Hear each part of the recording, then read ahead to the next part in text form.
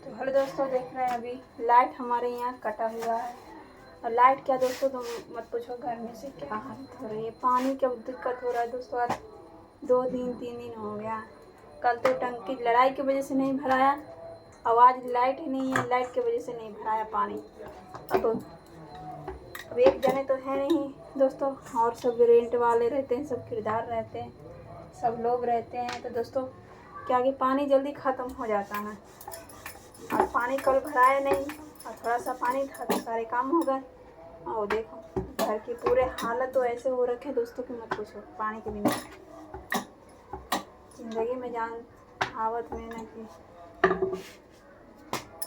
दोस्तों रोने के सिवा कुछ नहीं रहता। तबीयत ख़राब है दोस्तों, अगर पंखा ना चलता तो मेरा हाल ख़राब हो जाता है। क्या करें। मैं नवरात्रा हर साल करती हूँ दोस्तों, ये सब बात नहीं है। चाहे मेरे पास खाने का औकात है या ना है, मैं माता की भक्ति हर साल रखती हूँ। पता है क्यों दोस्तों? जब बुरा वक्त आता है ना तो भगवान याद आते हैं। इसके सिवा कोई मदद नहीं करता आपको। किसी न किसी को किसी न किसी जगह पर किसी न किसी घंटे में आपको भेज ही देते हैं किसी को न किसी को मदद करने के लिए। तो दोस्तों कहता भगवान है, ऐसा बात नहीं है कि लोग कहते हैं ना भगवान नहीं है, भगवान। पर कहते जो हम करते हैं ना उसका पाप पुण्य जोड़ के जितना फायदा मिलना रहता है उस घड़ी उतना ही मिलता है हमें लाभ। तो इसलिए दोस्तों कभी भी निराश नहीं होना चाहिए ज़िंदगी में। हमें देखो लोगों ने हमें छोड़ दिया बीमारी की वजह से। दोस्तों देखो मैं बीमारी में ही पूरे घर के काम भी कर रही हूँ, उन्हीं का नाम ले लेके। अब जो भी 1-2 रुपया दुकान पे भी जाती हूँ, क्योंकि भाई अगर दुकान पे दूसरे कोई के रख लेंगे और हमारे पैसे दूसरे लोग रह लेंगे और फिर मेरे जो 2 रुपये बनते हैं दोस्तों वो भी नहीं बनेंगे ना। इसलिए मैं दुकान पे जाते रहती हूँ उनकी। और दोस्तों मदद करना किसी को कमजोरी नहीं होता है, पर मदद में कोई फ़ायदा आपका उठाए उसका भी ध्यान रखना पड़ता है दोस्तों। ये मेरे साथ हो चुका है, ऐसा बात नहीं है मदद के बहाने कोई आपसे कुछ बोल दे। लोग कहते हैं ना फितरत कब किसकी बदल जाए कोई नहीं जानता। तो देखिए दोस्तों मेरी रोटी बन रही है और मैं रोटी ही बना रही हूँ, ये देखिए। तो दोस्तों अब मैं ऐसा लगता है ना कि मैं थोड़ा सा बालाजी महाराज के जाऊँ, दर्शन करके आऊँ, थोड़ा सा मथुरा जाऊँ, अपने कन्हैया जी से दर्शन करके आऊँ। दोस्तों मेरे तुलसी की माला टूटने से मुझे बहुत घाटा हो गई है। मैं पहले तुलसी की माला हमेशा डाले रहती थी गले में, कभी भी मेरी मुसीबत नहीं आता था। पर इधर मैं 2 साल से टूट गया है। नहीं मैं जा भी नहीं रही, घर की टेंशन की वजह से। लोग कहते घर में कितनी बड़ी बड़ी मुसीबत आने चालू हो गई। तो दोस्तों आप लोग से यही करते हैं, आस्था तो अभी भी मैं उन्हीं पे हूँ। पर माला टूटने से क्या होता है ना, उनकी सांसें टूट गई हमसे, और सांसें टूटने के कारण हम टूट रहे हैं। तो दोस्तों आप लोग से यही रिक्वेस्ट करते हैं कि नवरात्रा ख़त्म होने के बाद पहले मैं जाके उस कन्हैया से माफ़ी मांगूं और बोलूं कि मुझसे भूल हो गई, कि तुलसी की माला मुझसे टूट गई। और फिर मैं दूसरी तुलसी की माला लूं। और मैंने उस तुलसी की माला को भी कदर नहीं किया दोस्तों, मैंने जहाँ तहाँ पता नहीं कहाँ रखा, गुम हो गया। कहते हैं अगर तुलसी की माला टूट जाए और रख दो कहीं तो वो गुम हो जाता है, गुम हो गया, पता नहीं आज तक नहीं मिला।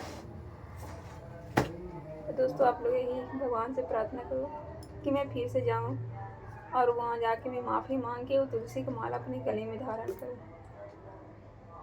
क्योंकि दोस्तों कभी कभी लगता है कि शायद वो मुझसे नाराज़ हो गए, मेरे भगवान ही मुझसे नाराज़ हो गए। बचा तो रहे हैं मुसीबत से, पर मुझे जता भी रहे कि मैं तुमसे दूर हो रही हूँ।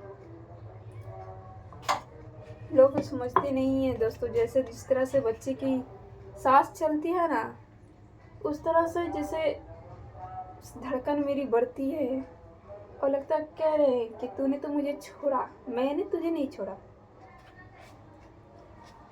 तो दोस्तों आप लोग बताइएगा कि सच है कि झूठ है। तो मैं यही कहती हूँ कि भगवान इतनी मदद कर दी, बस मेरी मुसीबत से मुझे निकाल दो। मैं आ रही हूँ आपकी चरण में। मैं अब बर्दाश्त से ज़्यादा हो गया दोस्तों, मुझे अब वहाँ जाके अपने भगवान से मिलना है और माफ़ी मांगनी है मुझसे कि मैंने उनकी तुलसी बिछाड़ दी। कांधा तो घर पे रख ली, पर तुलसी उनसे दूर कर दी मैंने। तो दोस्तों आप लोग भी बताइएगा, अगर जो तुलसी की माला पहनते हैं दोस्तों, तो ये नहीं होता है कि वो ब्रह्मचारी हो जाता है, चाहे ब्रह्म, वो एक लिमिट रहता है जो आपको क्रॉस करने के लिए रोकते रहता है आपको गृहस्थी चलाने का, कुछ बोलने का कायदा सिखाते रहता है। लोग कहते हैं ना कि उनसे तो अगर वो रहते थे तो मैं किसी को गाली तक नहीं देती थी। उस और पहनने से मैं ध्यान मुझे गले पे आ जाता था।